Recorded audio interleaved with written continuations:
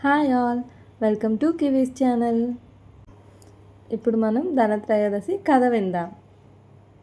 ఒకప్పుడు హిమ అనే యువరాజు ఉండేవాడు.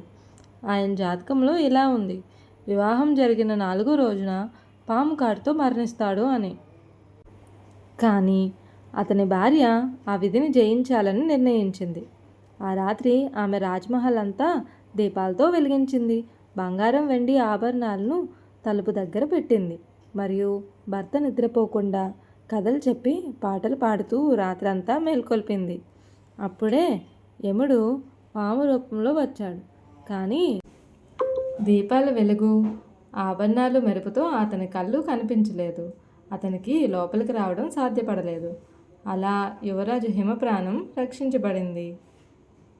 మరుసటి రోజు ఉదయం రాజ్మహల్ అంతా వెలుగులతో నిండిపోయింది. ఆ రోజునే ధనత్రయోదశిగా మనం జరుపుకుంటాం. ఇది మరణంపై వెలుగుకు గెలుపు, దారిద్ర్యంపై సంపదకు విజయం అనే సంకేతం. Thanks for watching. Please subscribe.